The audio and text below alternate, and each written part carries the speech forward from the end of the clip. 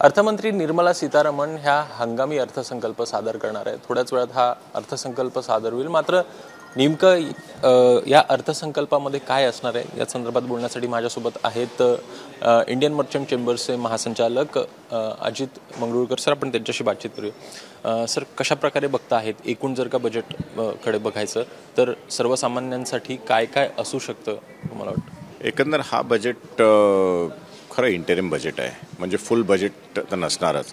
आणि कालच I think पार्लमेंटमध्ये अनाउन्समेंटसुद्धा झाली आहे की ट्रेडिशनली जो इंटरिम बजेटमध्ये जे अनाउन्समेंट्स होतात तेच हे गव्हर्नमेंट करणार आहे। आणि काही मोठ्या अनाउन्समेंटची काही अपेक्षाच नाही आहे। आणि कारण की जर काही आपण असले मोठे अनाउन्समेंट्स केलं तर लोकांना वाटेल की हे इलेक्शनच्या दृष्टिकोनाने केलं आहे आणि या गव्हर्नमेंटला ते करायची गरजच नाही आहे। तर मेनली ग्रोथ 7% GDP ग्रोथ चालू आहे।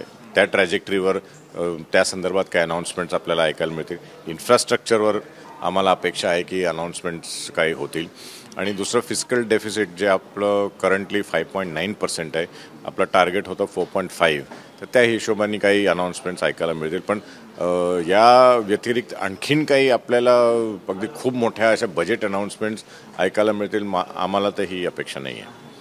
दुसरीकडे बघायचं तर मोठ्या प्रमाणात ग्रीन एनर्जी असेल किंवा मग ग्रीन हायड्रोजन असेल, हरित ऊर्जेला प्राधान्य जे आहे तो या सरकारकडनं दिलं जात आहे। याकडे कसं बघता आहेत? एक नवीन तंत्रज्ञान आहेत, या सगळ्या याच्यात देखील सरकारकडनं मोठ्या प्रमाणात पैसा जो आहे तो टाकू पाहत आहे सरकार। याकडे कसं बघता? नाही, नक्कीच या एरियामध्ये सरकारचं जर काही अनाउन्समेंट्स होतील तर ते पॉझिटिव्हच आहे। कारण की हे आपलं इन्फ्रास्ट्रक्चर आहे। तुम्ही ग्रीन एनर्जी म्हणा, काही म्हणा, it's all part of infrastructure.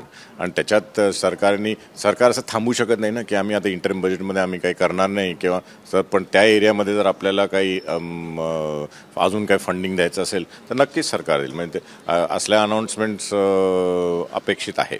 पण दुसरीकडे जे अपेक्षित असं असतं की सर्वसामान्यांना कुठेतरी दिलासा मिळेल किंवा करामध्ये कुठेतरी सूट मिळेल, अशा प्रकारच्या ज्या अनाउन्समेंट आहेत त्या आपल्याला बघायला मिळू शकतात या बजेटमध्ये देखील। कारण सहसा आपल्याला दिसत नाही किंवा याच्या अगोदर जर का बघायचं तशी एक अनाउन्समेंट जी आहे ते 2019ला आपल्याला होताना पाहायला मिळालेली होती।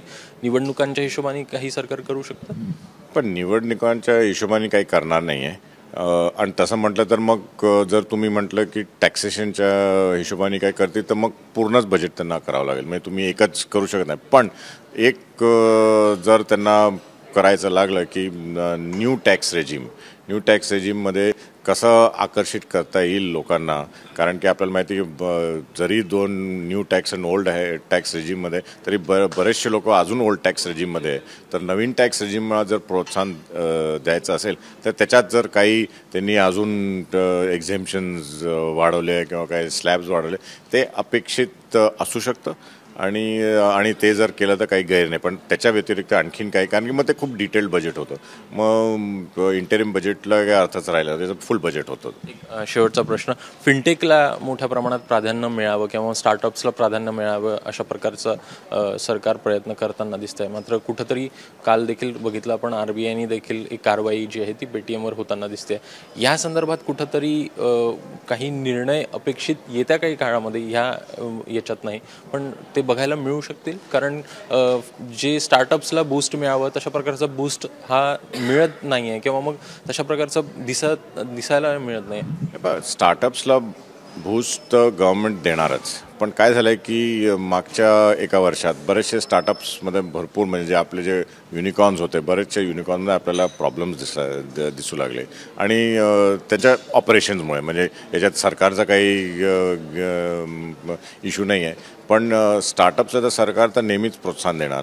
तर जर स्टार्टअपच्या हिशोबाने, आणि स्टार्टअप्स म्हणजे इनोव्हेशन, आता AI एक इतका मोठा सब्जेक्ट झाला आहे की 2022 आणि 2023मध्येच एवढे AIचं डेव्हलपमेंट झालं आहे की पुढच्या 6 महिन्यात अजून होतील। तर त्या हिशोबाने जर गव्हर्नमेंटला काही करायचं असेल तर ते अपेक्षित आहे, म्हणजे ते काही गैर नाही त्याच्या बाबतीत। थँक्यू। एकूण बघायचं तर बजेटमध्ये साधारणपणे सर्वसामान्यांना दिलासा देण्याचा प्रयत्न ज्या जुन्या योजनांमधनं पाहायला मिळू शकतो, मात्र मोठी घोषणा ही आपल्याला सहसा दिसणार नाही। कॅमेरामॅन अजित कदमचा अभिषेक मुठाळ, एबीपी माझा, मुंबई. एबीपी माझा, उघडा डोळे बघा नीट.